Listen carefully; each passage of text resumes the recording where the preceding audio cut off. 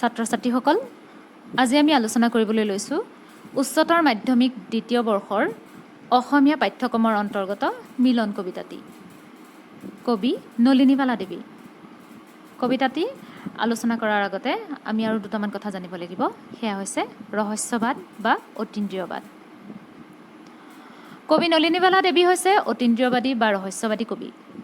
ৰহস্যবাদী কবিসকলে পৃথিৱীৰ সকলো দৃশ্যমান বস্তুৰ সিপাৰে এজন সৰ্বশক্তিমানৰ উপস্থিতি অনুভৱ কৰে, যাৰ শক্তিৰ প্ৰভাৱত চৰাচৰ জগত পৰিচালিত হয়। সেই সৰ্বশক্তিমানজনেই হ'ল কবিৰ আৰাধ্য দেৱতা। মিলন কবিতাটোত সৰ্বত্ৰতে কবিয়ে পৰম আৰাধ্যজনৰ উপস্থিতি অনুভৱ কৰিছে। এই আৰাধ্যজন নিৰ্গুণ নিৰাকাৰ। তেওঁৰ লগত কবিৰ মিলন ঘটিলেই কবিৰ জীৱনে পূৰ্ণতা লাভ কৰিব। কবিয়ে তেওঁক মনৰ গোপন কোণত স্থাপন কৰিছে, যি তেওঁক সদায় দৰ্শন দিয়ে। পুৱা সূৰ্য উদয় হোৱাৰ পিছৰে পৰা নিশা গভীৰ নিদ্ৰালৈকে প্ৰতিটো ক্ষণতে কবিয়ে পৰমজনৰ অৱস্থিতি ভিন্ন ধৰণে অনুভৱ কৰিছে। এই অনুভৱক কবিয়ে পৰমজনৰ লগত অন্তহীন মিলন বুলি অভিহিত কৰিছে। এই মিলন ভক্তৰ লগত ভগৱানৰ তথা আত্মাৰ লগত পৰমাত্মাৰ মিলন, সত্যৰ লগত সুন্দৰৰ মিলন। নেদেখাজনৰ অৱস্থিতি, অনুভৱ আৰু তেওঁৰ সৈতে একাত্ম হ'ব খোজাই আধ্যাত্মিকতা। এই আধ্যাত্মিক অনুভূতি মিলন কবিতাটিৰ আৰম্ভণিৰ পৰা শেষলৈকে প্ৰকাশ পাইছে।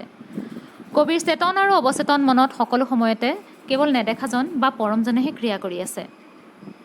তেওঁৰ লগত মিলনেই কবিৰ জীৱনৰ চৰম আকাংক্ষা। এতিয়া আমি আহোঁ মূল কবিতাটোলৈ।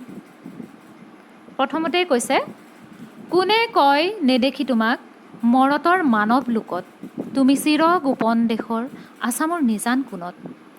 সকলোৱে জানে ভগৱান নিৰাকাৰ, তেওঁক কোনেও দেখা নাপায়। কিন্তু সেই ভগৱানক কবিয়ে অনুভৱ কৰিছে এই মৰত বা মানৱ লোকত থাকিও। কবিৰ অন্তৰৰ কোণত সেই নিৰাকাৰ ভগৱানে স্থিতি লৈছেহি। সেয়েহে তেওঁ ভগৱান এই জগততে আছে বুলি কৈছে। তেওঁ ভগৱানৰ অস্তিত্ব নিজৰ অন্তৰত অনুভৱ কৰিছে। সপোন পাৰৰ তুমি প্ৰভু মোৰ আৰাধ্য পৰম, মানসৰ তীৰে তীৰে দিয়াহি নিতে দৰ্শন। ত্ৰিজগতৰ সৃষ্টি স্থিতি প্ৰলয়ৰ অধিকাৰী ভগৱান কবিৰ পৰম আৰাধ্য। তেওঁৰ মনৰ কন্দৰত সকলো সময়তে সদায় আহি ধৰা দিয়েহি। যিহেতু কবিয়ে তেওঁৰ সৈতে ইতিমধ্যে এক অবিচ্ছেদ্য বন্ধনত বান্ধ খাই পৰিছে।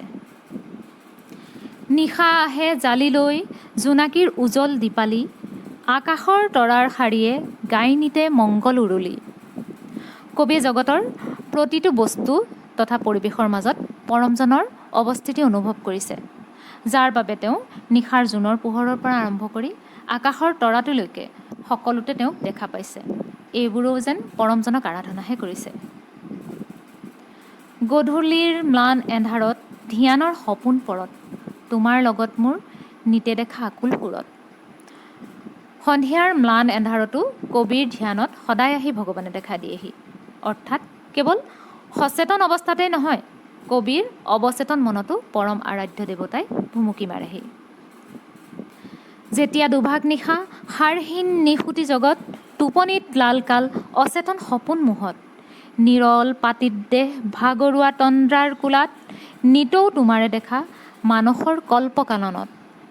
দুভাগ নিশা যেতিয়া সমগ্ৰ জগত নিদ্ৰাত মগন হৈ থাকে, সমস্ত সংসাৰ সপোনৰ মায়াবী আবেষ্টনীত আবদ্ধ হৈ থাকে, ভাগৰুৱা দেহে পাতিত পৰি তন্দ্ৰাৰ কোলাত নিজকে এৰি দিয়ে, সেই সময়তো কবিৰ আৰাধ্য দেৱতাই মনৰ কল্পনাত বা সপোনত আহি কবিক ধৰা দিয়েহি।